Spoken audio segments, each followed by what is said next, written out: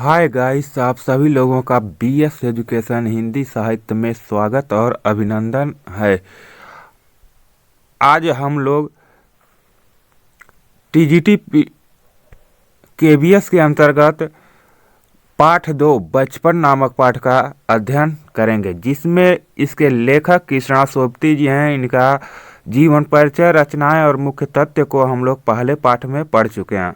जो लोग नहीं देखे हैं तो पाठ 1, पाठ 2 का कृष्णा सोबती के जीवन परिचय को बहुत ही अच्छे तरह से पढ़ाया गया, जिस वीडियो पर आप लोगों का बहुत ही प्यार और दुलार मिला, जिसके लिए मैं आप सभी लोगों को बहुत बहुत आभार प्रकट करना चाहता हूं और आप लोगों को बहुत बहुत धन्यवाद। और इसी तरह से अगर आप लोगों का सहयोग मिला तो जो मैं वादा किया हूँ वादा आप लोगों को पूरा करके दिखाऊंगा, जिसके द्वारा से आप लोगों को बहुत ही अच्छा ज्ञान भी होगा और आप लोग अपने परीक्षा में अच्छा कोर्स भी ला सकते हैं। चलिए पाठ 2 को शुरू करते हैं। पाठ 2 का नाम है बचपन। इसके लेखक आप लोग को पता होगा कृष्णा सोबती जी हैं। आपको साधारण रूप में आ सकता है कि बचपन नामक संस्मरण के लेखक या लेखिका कौन है, तो आपका सही जवाब होगा कृष्णा सोबती जी।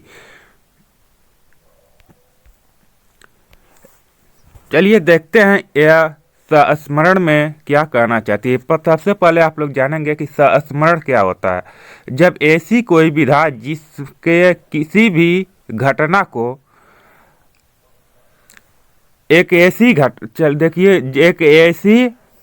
रचना जिसमें कोई भी व्यक्ति अपने जीवन की किसी भी घटना को याद करके एक लेखनी के द्वारा लिखता है तो उसे हम संस्मरण कहते हैं। इस तरह से आप याद कर सकते हैं कि किसी भी व्यक्ति के द्वारा अपने जीवन की किसी भी घटना को याद करके लिखने की लेखन क्रिया ही संस्मरण कहलाती है। तो उसी तरह से महादेवी वर्मा जी अपने बचपन की एक घटना को याद करके वह लिखती हैं कि मैं तुम्हें अपने बचपन की ओर ले जाऊंगी। वह क्या कर रही हैं कि मैं तुम्हें अपने बचपन की ओर ले जाऊंगी। कौन? कृष्णा सोबती जी। मैं तुमसे कुछ इतनी बड़ी हूँ कि तुम्हारी दादी भी हो सकती हूँ, तुम्हारी नानी भी, बड़ी बुआ भी, बड़ी मौसी भी। परिवार में मुझे सभी लोग जीजी कहकर ही पुकारते हैं। कृष्णा सोबती जी कह रही हैं कि मैं आप लोगों से इतनी बड़ी हूँ कि मैं आपकी दादी भी हो सकती है। यानी आपकी दादी का जो उम्र होगा वह उम्र किनका था? कृष्णा सोबती जी का था। तुम्हारी नानी भी हो सकती है, यानी आपके नानी का जितना उम्र है उतना मेरा उम्र हो सकता है। मौसी के बराबर आपके उम्र हो सकता है, और मुझे लोग परिवार में जीजी कहकर बुलाते थे। हाँ, मैं इन दिनों कुछ बड़ा बड़ा यानी उम्र में सयाना महसूस करने लगी हूँ। कृष्णा सोबती जी कह रही हूँ कि हाँ, मैं इस समय बड़ा हो गई हूँ और जिसके वजह से मैं एक अपनी उम्र में सयाना महसूस कर रही हूँ, बड़ा महसूस कर रही हूँ।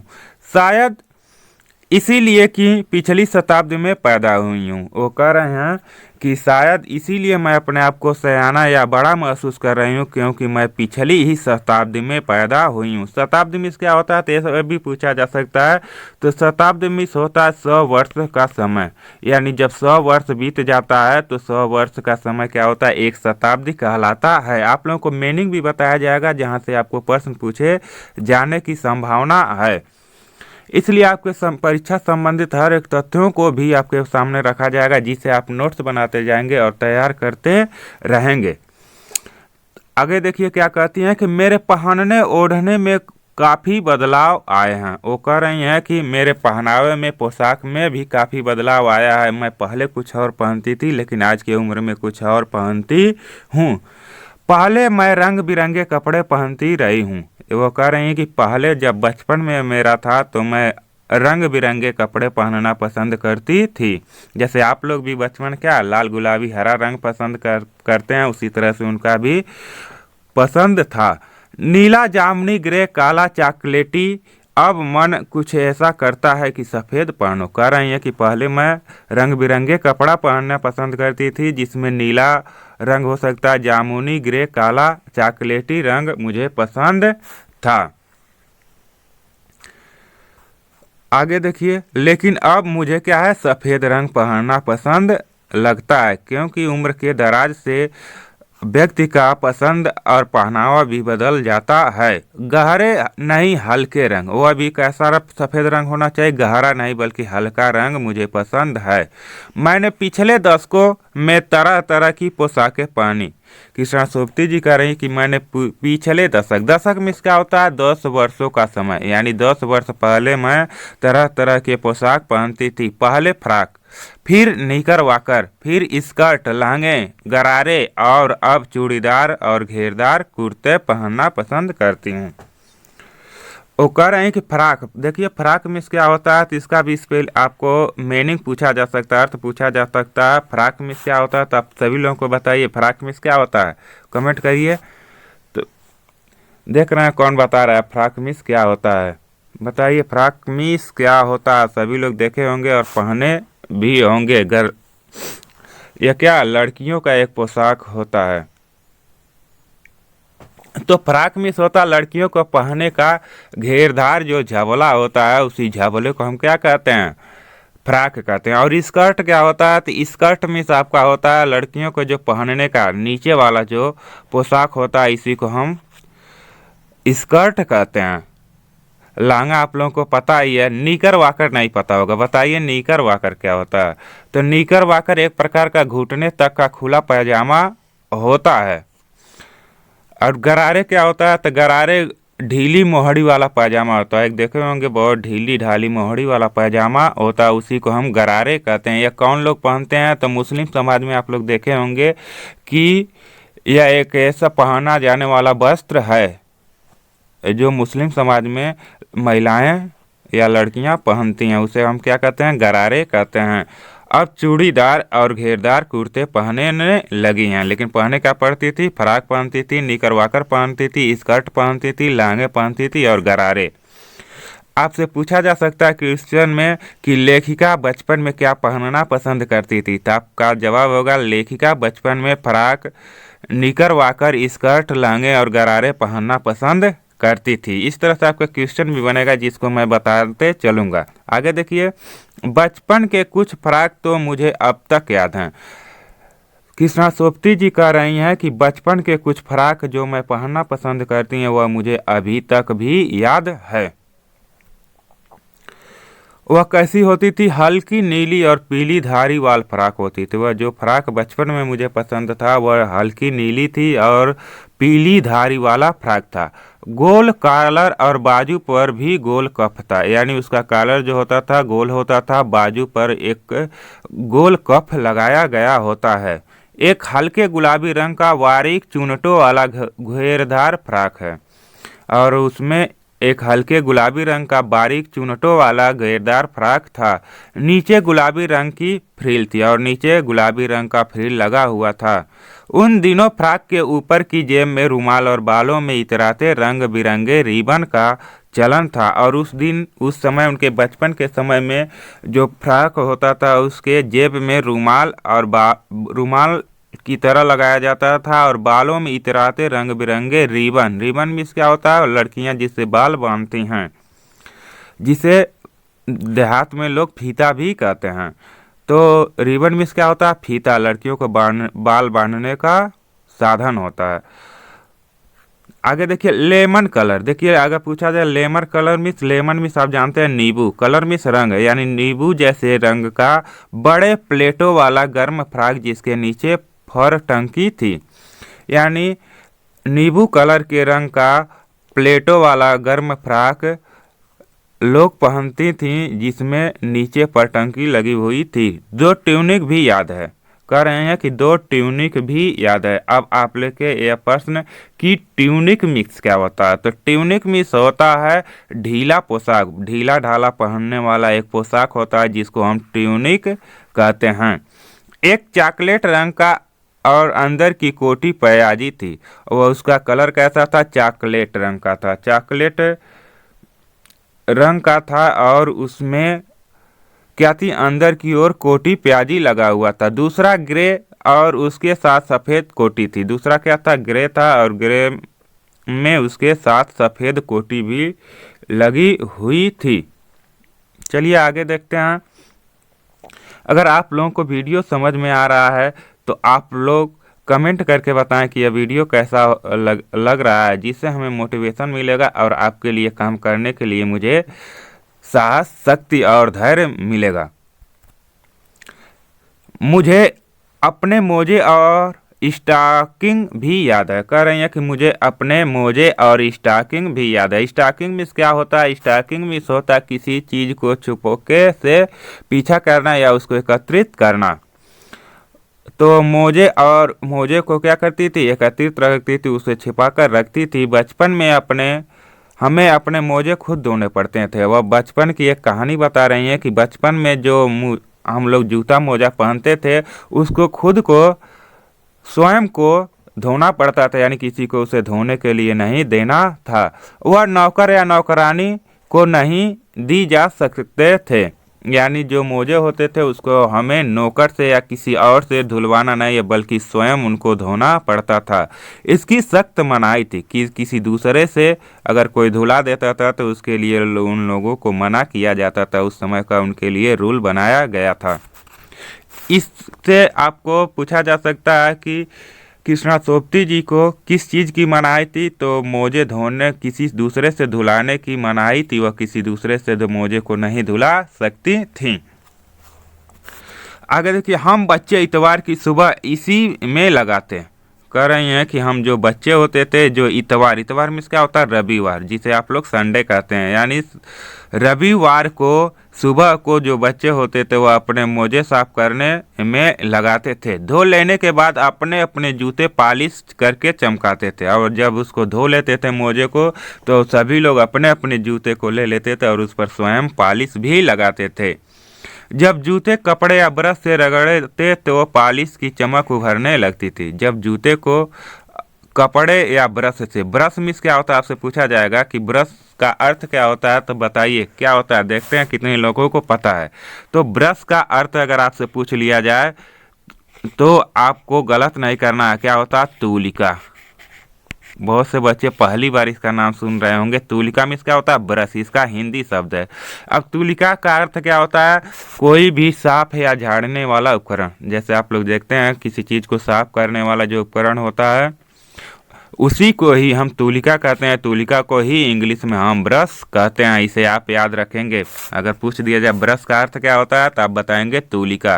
तूलिका मीन्स साफ या झाड़ने वाला उपकरण या साधन। सर्वर, मुझे आज भी बूट पॉलिश करना अच्छा लगता है। कह रही हैं कि मुझे आज भी बूट मीन्स क्या होता है? जूते को पॉलिश करना, साफ करना, चमकाना मुझे अच्छा लगता है। हालांकि अब नई नई किस्म के शू आ चुके हैं। देखिए, शू मीन्स क्या होता है? जूता। शू मीन्स क्या होता है? जूता। लेकिन आप लोग देखे होंगे लिखा जाता है शूज। यह क्या इंग्लिश शब्द है? शूज मीन्स क्या होता है? जूते, यानी बहुवचन। अगर शू एक जूता है तो उसे शू कहेंगे। अगर दो जूता या दो से अधिक हैं, बहुवचन में है, तो उसे हम क्या कहते हैं? शूज। तो वो कह रही है कि अपने जूते को क्या मैं पॉलिश करती थी, चमकाती थी, और अब नई नई किस्म के शू आ गए हैं, यानी जूते आ चुके हैं। कहना होगा कि ये पहले से कहीं ज़्यादा आरामदेह हैं। वो कह रहे हैं कि जो इस समय के जूते हैं वो पहले के जूते की अपेक्षा बहुत ही आरामदेह हैं, आनंददायक हैं। हमें जब नए जूते मिलते हैं उसके साथ ही छालों का इलाज शुरू हो जाता है। कह रही हैं कि हमें जब नए जूते मिलते हैं उसके साथ ही छालों का इलाज शुरू हो जाता है। जैसे आप लोग देखे होंगे, आप लोग भी बचपन में पहने होंगे वो जूते। जब पहली बार जूते पहनते हैं तो पैर का जो किनारा होता था पहले क्या होता था? पैर को वह काट देता था। तो वही कह रहे हैं कि पैर में क्या होते थे? छाले पड़ जाते थे, जिसका इलाज शुरू हो जाता था। क्यों? क्योंकि जूता पहनने की वजह से। बचपन में हमें भी याद है कि जो जूता पहना जाता था उससे मेरा पैर कट जाता था, जिससे मैं जूता पहनना नहीं पसंद करता था। उसी तरह से कृष्णा सोपती भी कह रही हैं कि जो बचपन में नए नए तरह के जूते आते थे उसे पहनने पर क्या होते थे? उसकी इलाज शुरू हो जाता था, क्योंकि पैर कट जाता था। आप लोग बताइए कि आप लोगों के साथ ऐसा हुआ है कि नहीं। चलिए आगे देखते हैं कृष्णा सोपती जी क्या कहती हैं। यहाँ इनका नाम बार बार लेने से मेरा मकसद है कि आप लोगों का यह पाठ पढ़ते ही पढ़ते याद हो जाएगा कि इस पाठ के लेखक कौन है, आपको रटने की जरूरत नहीं है। जब कभी लंबी सैर पर निकलते अपने पास रुई जरूर रखते हो। कह रहे हैं कि जब हम कभी लंबी सैर के लिए जाते, सैर मीन्स घूमना, अगर हम कहीं ज़्यादा दूरी तक घूमने जाते थे तो हम अपने पास रुई जरूर रखते थे। क्या करने के लिए? जब जूते से पैर कट जाता तो उसको साफ करने के लिए। जूता लगा तो रुई मोजे के अंदर। हाँ, हमारे तुम्हारे बचपन में तो बहुत फर्क हो चुका है। कह रही हैं कि रुई क्यों रखते थे? अगर कहीं छाले पड़ जाते उसे साफ करने के लिए, या जूतों के अंदर से उसको लगा लेती थी जिससे पैर न कटें। और कह रहे हैं कि हाँ, हमारे तुम्हारे यानी हमारे उस बचपन में और आपके बचपन में बहुत सा फर्क है। फर्क मीन्स अंतर है। हर शनिचर को हमें ऑलिव ऑयल या कैस्टर ऑयल पीना पड़ता था। अब यहाँ शनिचर मीन्स क्या होता है? शनिवार, जिसे आप क्या कहते हैं? सैटरडे कहते हैं। ऑलिव ऑयल, बताइए कमेंट करके कि ऑलिव ऑयल क्या है। बहुत लोग पहली बार सुन रहे होंगे। बताइए ऑलिव ऑयल, अगर आपके परीक्षा में आ गया कि ऑलिव ऑयल का अर्थ क्या है तब क्या बताएंगे? तो ऑलिव ऑयल मीन्स होता है जैतून का तेल। क्या होता है? जैतून का तेल। आप लोग लिख लिए, नोट कीजिए, जैतून का तेल। ऑलिव ऑयल मीन्स जैतून का तेल। कैस्टर ऑयल मीन्स क्या होता है? तो कैस्टर ऑयल मीन्स होता है रेड़ का तेल। क्या होता है? रेड़ का तेल। इसे भी आप नोट कर लीजिए। आगे देखिए, यह इनको क्या हर हफ्ते में हर एक शनिवार को ऑलिव ऑयल या कैस्टर ऑयल को पीना पड़ता था। किस लिए? क्योंकि इन्हें किसी प्रकार का बीमारी ना हो। ये न चाहते हुए भी इनके घर वाले इन्हें क्या करते थे? पिलाते थे सभी बच्चों को। आगे देखेंगे क्या होता है कृष्णस्वती के साथ। यह एक मुश्किल काम था। कह रहे हैं कि कैस्टर ऑयल को पीना क्या था? बहुत ही मुश्किल कठिन काम था, क्योंकि वह क्या लगता है? कड़वा लगता था। शनिचर को सुबह से ही नाक में इसकी गंध आने लगती थी। जो शनिवार होता था, शनिवार को सुबह से ही उसकी तेल की गंध इनके नाक में आने लगती थी। गंध मीन्स क्या होता है? कमेंट करके बताइए कि गंध मीन्स क्या होता है। छोटे शीशे के गिलास जिन पर ठीक खुराक के लिए निशान पड़े रहते हैं, उन्हें देखते ही मितली होने लगती है। कह रहे हैं कि छोटे शीशे के गिलास में जिस पर ठीक खुराक के लिए निशान लगे होते हैं, तो जैसे एक गिलास होता था इस तरह से, तो उसमें गिलास में निशान लगाया गया था कि यहाँ तक आपको क्या है? इस तेल को पीना है। जिसे देखते ही क्या होता था? कृष्णस्वती जी को या उस समय के सभी बच्चों को मितली होने लगती थी। मितली होना मीन्स उल्टी होने लगती थी। जी मिचलाने लगते थे कि उल्टी हो जाएगा। जैसे आज भी आप लोग देखे होंगे कुछ बच्चे होते हैं जो दवा पीने के लिए कहा जाए तो पहले ही क्या करते हैं?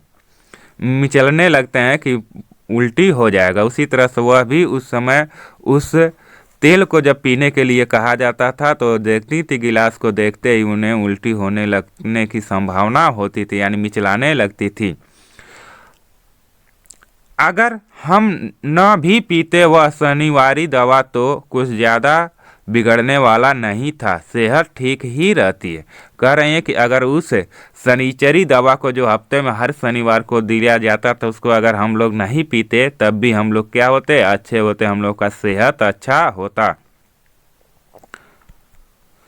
तुम्हें बताऊंगी कि हमारे समय और तुम्हारे समय में कितनी दूरी हो चुकी है। वह कह रही हैं कि मैं तुम्हें बताऊंगी कि हमारे समय और तुम्हारे समय में कितनी दूरी हो चुकी है, यानी समय में कितना बदलाव हो चुका है। यहाँ तक कि बचपन की दिलचस्पियाँ भी बदल गई हैं। कह रही हैं यहाँ तक कि इतना बदलाव हो चुका है हमारे बचपन में और आपके बचपन में कि दिल की जो चस्पियाँ होती थी, दिलचस्पियाँ होती थी, जो दिल का आनंद होता था, वह सभी अब बदल चुका है। आइए देखते हैं कि क्या क्या बदलाव हुआ है। किसके माध्यम से? कृष्णस्वती के माध्यम से। वो अपने बचपन को याद करते हुए कहती हैं कि उन दिनों कुछ घरों में ग्रामोफोन थे, यानी मेरे बचपन में क्या था? घरों में ग्रामोफोन होता था। ग्रामोफोन क्या होता है? यह रेडियो की तरह गाना सुनने वाला एक प्राचीन उपकरण है। अगर आपसे पूछ दिया जाए कि ग्रामोफोन मीन्स क्या होता है। तो बताइए ग्रामोफोन मीन्स क्या होता है। तो ग्रामोफोन मीन्स आप बताएंगे गाना सुनने का यंत्र या उपकरण। रेडियो और टेलीविज़न नहीं थे उस समय। क्या थे, जो आधुनिक काल में रेडियो चल रहे हैं और जो टेलीविज़न है, यह सब व्यवस्थाएं नहीं है, बल्कि रेडियो के स्थान पर ही एक छोटा सा गाना सुनने वाला उपकरण होता था जिसका नाम ग्रामोफोन होता था।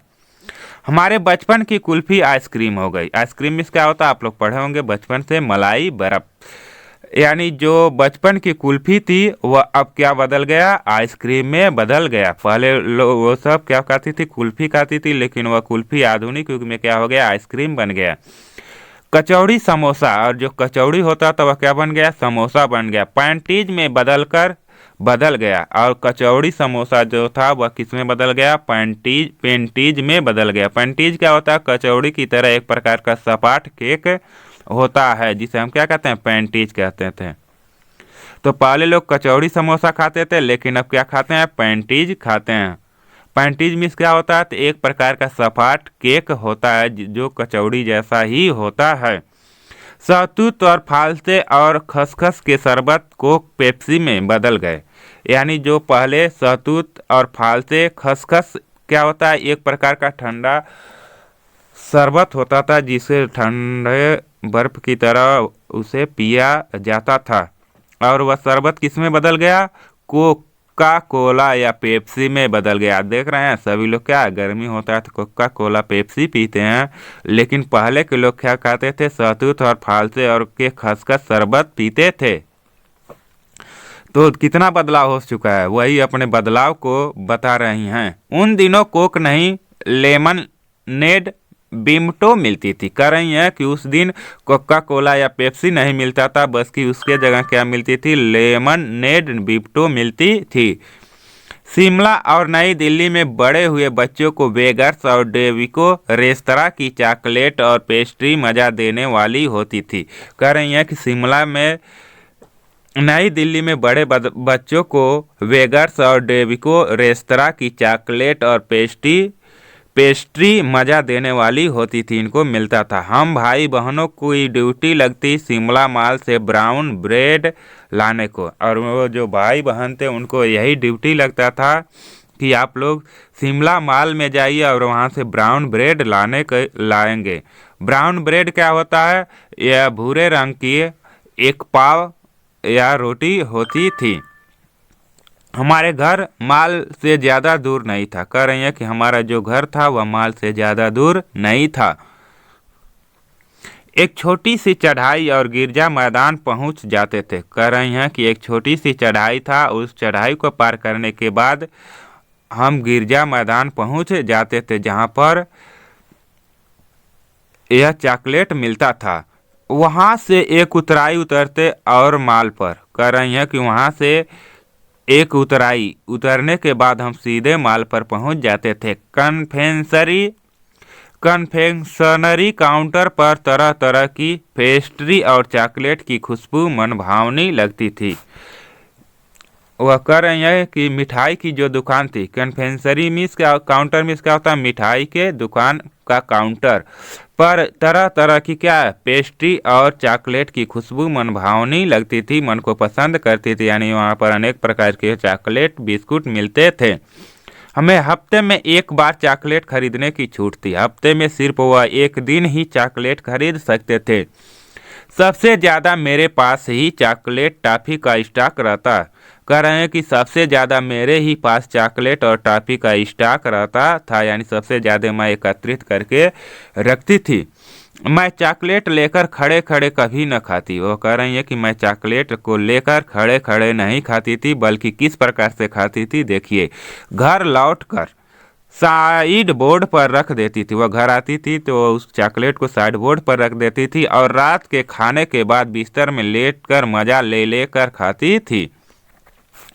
कह रही हैं कि मैं जब चॉकलेट ले लेता था तो उसे मैं खड़े खड़े नहीं खाता था, बल्कि उसको लाता था घर और रख देता था। रखने के बाद रात को जब भोजन करने के बाद बिस्तर में लेट जाता था तो उसे मैं मज़ा ले लेकर धीरे धीरे से चुगला चुगला कर खाती थी। शिमला के काफल भी बहुत याद आते हैं। कह रहे हैं कि शिमला में एक काफल मिलता था जो बहुत याद आता था, खट्टे मीठे। उसका स्वाद कैसा होता था? खट्टा भी होता था और मीठा भी होता था। कुछ एकदम लाल, वह कैसा होता था? लाल रंग का होता था। कुछ गुलाबी और कुछ क्या होते थे? गुलाबी भी होते थे, जो रस भरी, जो क्या होते हैं? रस भरी कसमल थे। सोचकर ही मुंह में पानी भर आए। कह रहे हैं कि यह सोचकर ही मेरे मुंह में क्या हो गया? पानी आ गया। चेस्टनट एक और गजब की चीज है। कह रहे हैं कि चेस्टनट एक खाने वाला चीज होता था जो क्या है? बहुत ही अच्छी चीज थी। चेस्टनट क्या होता है? तो यह अखरोट का फल होता है। चेस्टनट मीट अगर पूछ दिया जाए तो क्या होता है? अखरोट का फल होता है। आग पर भुने जाते और फिर छिलके उतारकर मुंह में। कह रहे हैं कि उस को आग में भुना जाता था और उसके बाद उसके छिलके जो होते थे उसको उतार कर फिर सीधे मुंह में लोग डाल लेते थे और खाते थे। बहुत आनंददायक लगता था। कौन कर रही हैं? कृष्णा सोबती जी। चने जोर गरम, अनारदाने का चूर्ण। हाँ, चने जोर गरम की पुड़िया जो तब थी वह अब भी नजर आती है। कह रही हैं कि चने जोर गरम के अनारदाने का चूर्ण मिलता था। जो पहले जो पुड़िया मिलती थी वही पुड़िया आज भी नजर आती है, दिखाई देती है। पुराने कागजों में बनाई हुई इस पुड़िया में नीरा हाथ का कमाल है। कह रहे हैं कि पुराने जो कागजों की पुड़िया बनाई जाती है उसमें नीरा हाथ का बहुत ही कमाल होता था। नीचे से तिरछी लपेटते हुए ऊपर से इतनी चौड़ी कि चने आसानी से हथेली पर पहुंच जाएं। और जैसे आप लोग देखते होंगे कुल्फी वाले आज भी बनाते हैं, क्या इस तरह से बनाते हैं, इस तरह से कुल्फी। तो उसी तरह से उस समय भी बनाया जाता था।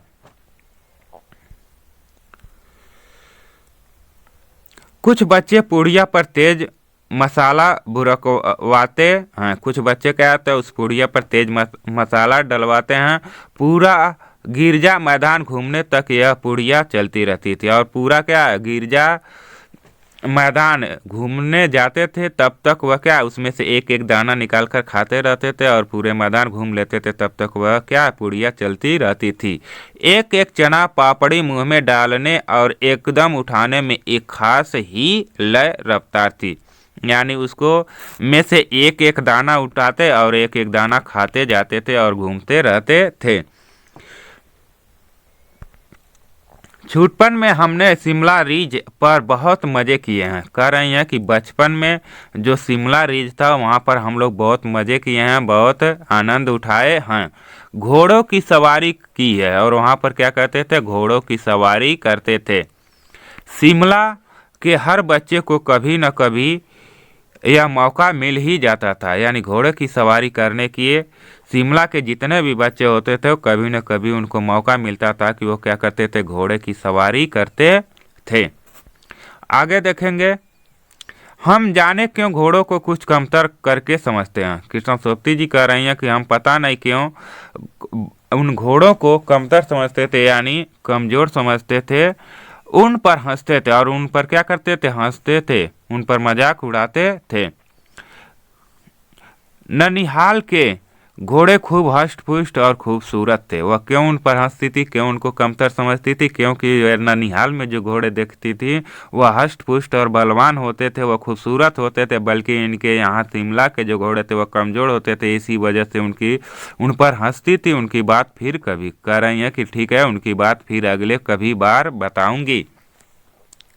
आगे देखिए वह क्या कहती हैं। वह कहती हैं कि शाम को रंग बिरंगे गुब्बारे, और जब शाम हो जाता था तो रंग बिरंगे गुब्बारे। सामने जाखू का पहाड़, और सामने क्या था? जाखू का पहाड़ था। ऊंचा चर्च था। चर्च की घंटियां बजती तो दूर दूर तक उनकी गूंज फैल जाती। वह कह रहे हैं कि चर्च की जब घंटियां बजती थी तो वो उसकी गूंज जो होती थी, उसकी ध्वनि जो होती थी वह दूर दूर तक फैल जाती थी। लगता इसके संगीत से प्रभु यीशु स्वयं कुछ कह रहे हैं। और कहती हैं कि उनके संगीत से ऐसा लगता था कि उस गाने को सुनने से ऐसा लगता था कि भगवान ईश्वर यीशु स्वयं कुछ कह रहे हैं। सामने आकाश पर सूर्यास्त हो रहा है और उस समय सामने आकाश में क्या होता था? सूर्यास्त होता था। सूर्यास्त में इसका होता है सूर्य का डूबना। सुनहरी धारियां नीले आसमान पर फैल रही थी और सुनहरी जो धारियां थीं वो आसमान में फैल जाती हैं। दूर दूर फैले पहाड़ों के मुखड़े गहराने लगे और देखते देखते बत्तियां टिमटिमाने लगी। और जब शाम हो जाता था तो पहाड़ों के मुखड़े क्या होते थे, देखते ही देखते उस पर बत्तियां टिमटिमाने लगती थी, चमकने लगती थी। रिज पर की रौनक और माल की दुकानों की चमक के भी क्या कहने थे।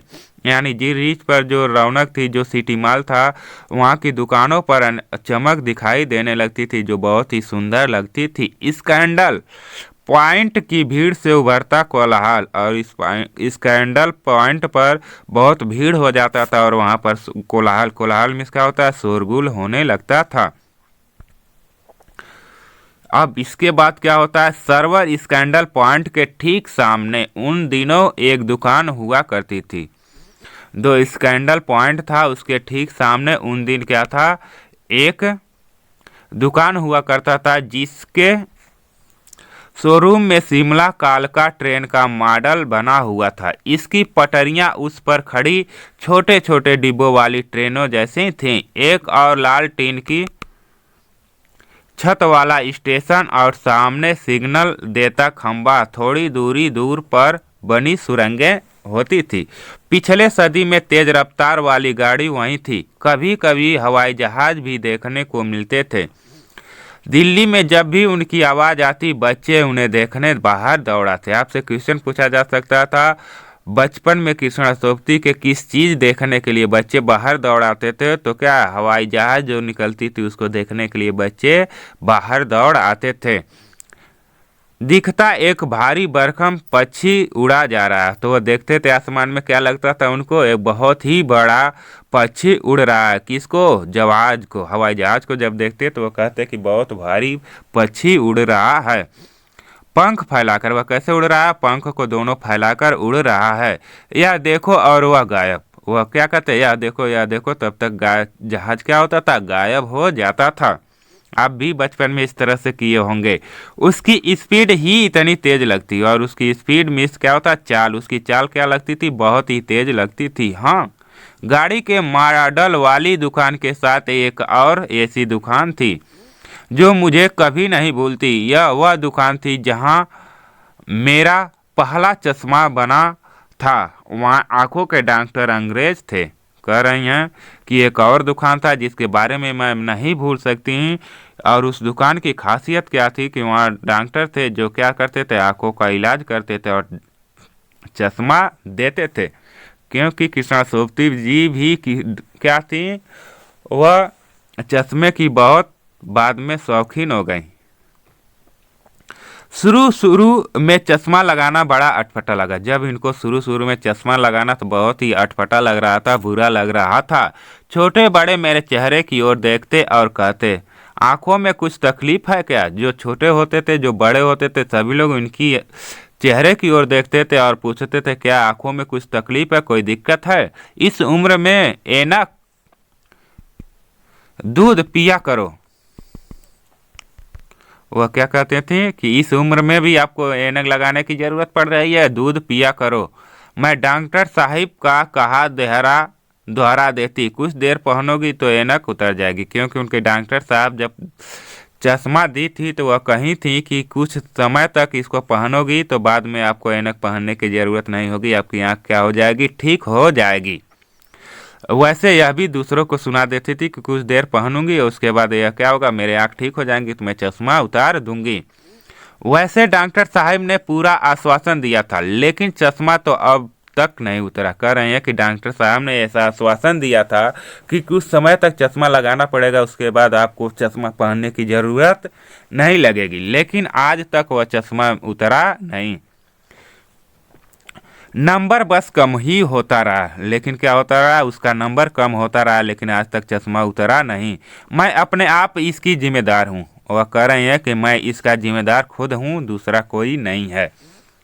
जब आप दिन की रोशनी को छोड़कर रात में टेबल लैंप के सामने काम करेंगी तो इसके अलावा और क्या होगा। कह रहे हैं कि कोई भी हो, जब दिन में काम करने के अलावा और रात को दीपक लैंप जलाकर काम करे तो उसकी आंखों की रोशनी तो जाना गायब ही है, जिसकी वजह से चश्मा लगाना पड़ता था। यही काम कृष्णा सोबती भी करती थी। हाँ, जब पहली बार मैंने चश्मा लगाया तो मेरे एक चचेरे भाई ने मुझे छेड़ा, देखो देखो कैसी लग रही है।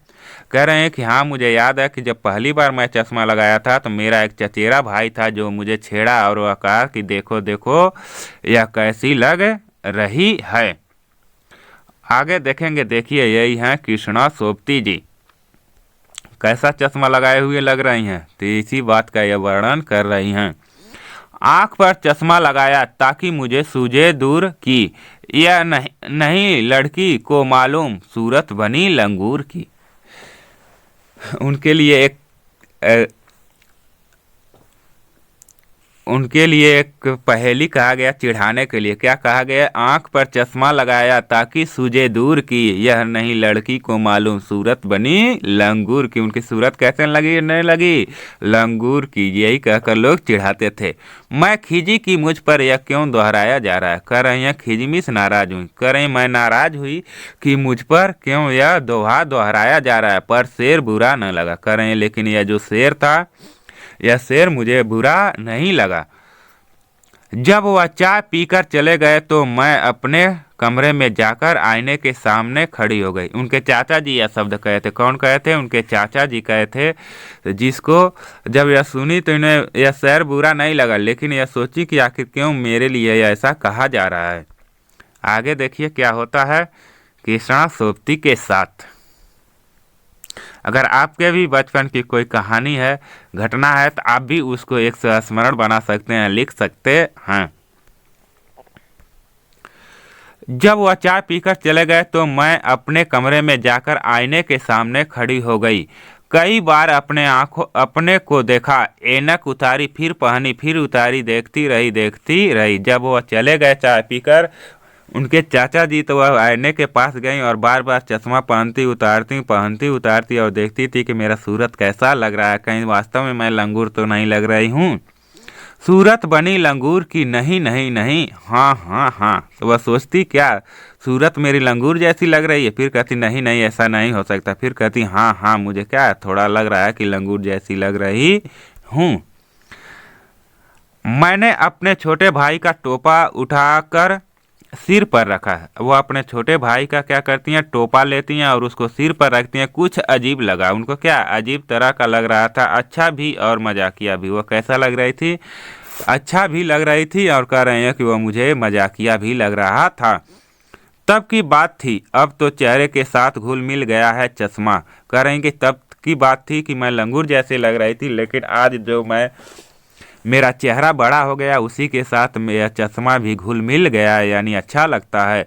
जब कभी उतारा हुआ होता है तो चेहरा खाली खाली लगने लगता है। कह रहे हैं कि जब मैं अपने चश्मा को अब अपने चेहरे से उतार देती हूँ तो चेहरा क्या होता है, खाली खाली लगता है। यानी उनको क्या अपनापन नहीं लगता था, उन्हें अनजानापन लगता था। याद आ गया वह टोपा। कह रहे हैं कि मुझे याद आ गया वह टोपा, काली फ्रेम का चश्मा। और चश्मा कैसा था? काली फ्रेम का था। लंगूर की सूरत, और क्या थी? लंगूर की सूरत थी। हाँ, इन दिनों शिमला में मैं सिर पर टोपी लगाना पसंद करती हूँ। कह रही है कि हाँ, इस समय भी मैं शिमला में क्या करती हूँ, सिर पर टोपी लगाना पसंद करती हूँ। मैंने कई रंगों की जमा कर ली है। कह रही है कि मैंने कई रंग को टोपी जमा कर ली, इकट्ठा कर ली हूँ। कहाँ दुपट्टों का ओढ़ना और कहाँ सहज सरल सुभीते वाली हिमाचली टोपियाँ। कह रही है कि कहाँ सरल क्या दुपट्टों को ओढ़ना, उसके जगह दुपट्टे के जगह क्या करती थी, ये क्या है, सहज सुरीलियाँ जो आसान तरीके से लगाया जाने वाला हिमाचली टोपी था, उसको यह लगाती थी। यह इसके लेखक कौन है? तो कृष्णा सोबती जी हैं। उम्मीद करता हूँ कि आप लोगों को पसंद आया होगा। अगर इसका अभ्यास कार्य करना चाहते हैं तो इस चैनल से जुड़ें, और जो लोग अभी तक सब्सक्राइब नहीं किए हैं वह सब्सक्राइब कर लें, जिससे इसी तरह से हर एक पाठ को आपको परीक्षा के मकसद से पढ़ाया जाएगा और इसके प्रश्नोत्तर भी कराए जाएंगे। तो इस वीडियो को यहीं समाप्त करते हैं, फिर मिलते हैं अगले वीडियो में इसके प्रश्नोत्तर के साथ। अगर आप लोग इस वीडियो को रोजाना प्राप्त करना चाहते हैं तो चैनल को सब्सक्राइब कर लें और अपने दोस्तों के साथ शेयर करें, जिससे हमें मोटिवेशन मिला और आपके लिए कार्य कर सकूं। तो चलिए फिर मिलते हैं अगले वीडियो में, तब तक के लिए जय हिंद, जय भारत, वंदे मातरम।